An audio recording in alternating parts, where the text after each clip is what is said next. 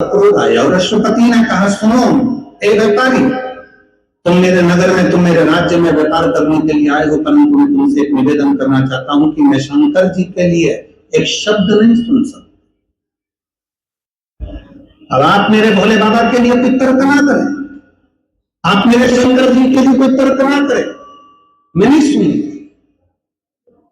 और आप में से कई मेरी जीजियां, आप में से कई मेरे जीजा, आप में से कई मेरी बेटियां, आप में से कई मेरे बेटा, आप में से कई मेरे बुजुर्ग माँ बाप ऐसे बैठे हैं जो शिव महापुराण की ना तो निंदा सुनते हैं, ना निंदा करते हैं, और ना शंकर की निंदा सुनते हैं, ना शंकर की निंदा करते हैं। और कोई परिवार का व्यक्ति अगर शिव पुराण के लिए या शंकर के किसी भक्त के लिए या शिव के लिए कुछ कह भी देता है तो वो फिर बात करना ही पसंद नहीं करते, उठकर चले जाते। ऐसे भी शिव, मुझे तुमसे बात नहीं करना, तुम शंकर जी की बात ना करो।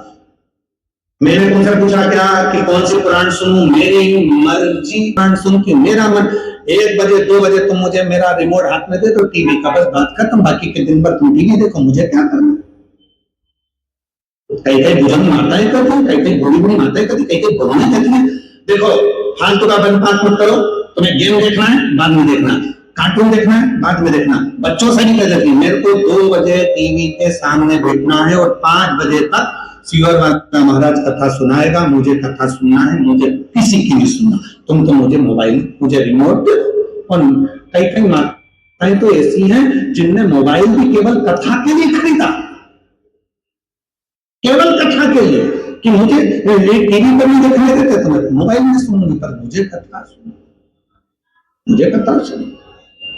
बस जैसे आपने शिव को मूल बना लिया, अश्वपति ने भी शंकर भगवान को इतना मूल बना लिया था कि निंदा नहीं सुन सकते। पर जो व्यापारी का रूप रखकर देवादिदेव महादेव आए हैं वो तर्क पर तर्क कर रहे थे। इतने में गुस्सा आ गया अश्वपति को, और अश्वपति ने अपने कानों को बंद कर कर कहा,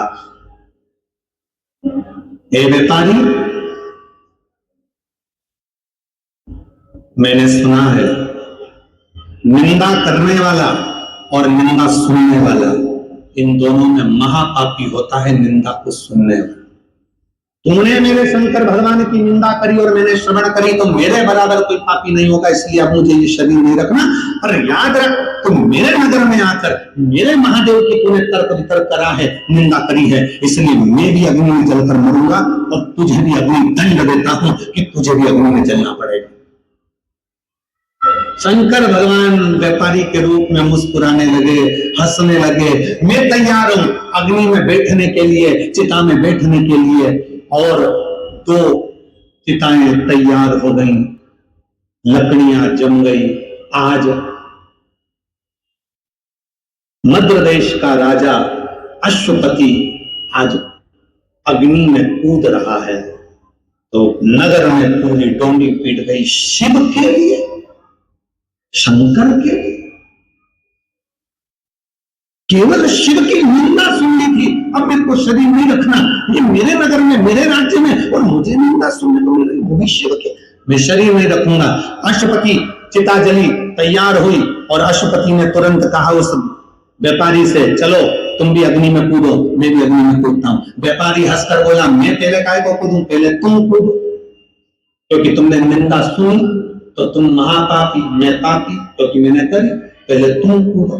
बस अश्वपति हार हार महादेव कहकर जैसे ही अग्नि में कूदने वाला था, इतनी देर में उस व्यापारी के रूप में शंकर भगवान प्रकट हो गए, हाथ पकड़ लिया अश्वपति का, खींच कर बाहर कर दिया।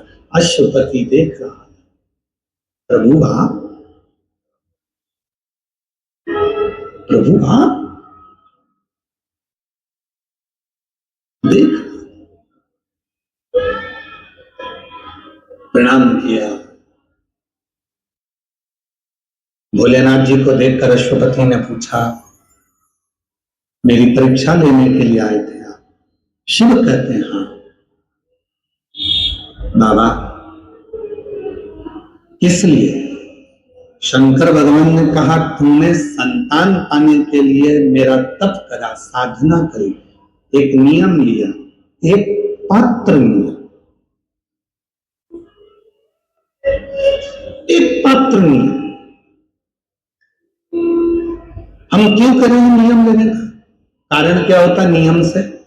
नियम लेने का कारण केवल इतना सा होता है कि हम यदि कोई व्रत नहीं कर सकते, हम कोई साधना नहीं कर सकते, हम कोई तप नहीं कर सकते, हम कोई बहुत बहुत गहन समाधि नहीं लगा सकते, तो एक नियम जब हम धारण कर लेते हैं तो हमारी तप भी हो जाता है, समाधि भी लग जाती है, साधना भी हो जाती है, व्रत भी हो जाता है, और जितने जितने दुनिया के सारे तप साधना पुण्य है, उन सारे तप साधना का पूर्ण फल हमारे एक नियम धारण से सब प्राप्त हो जाता है। एक नियम धारण,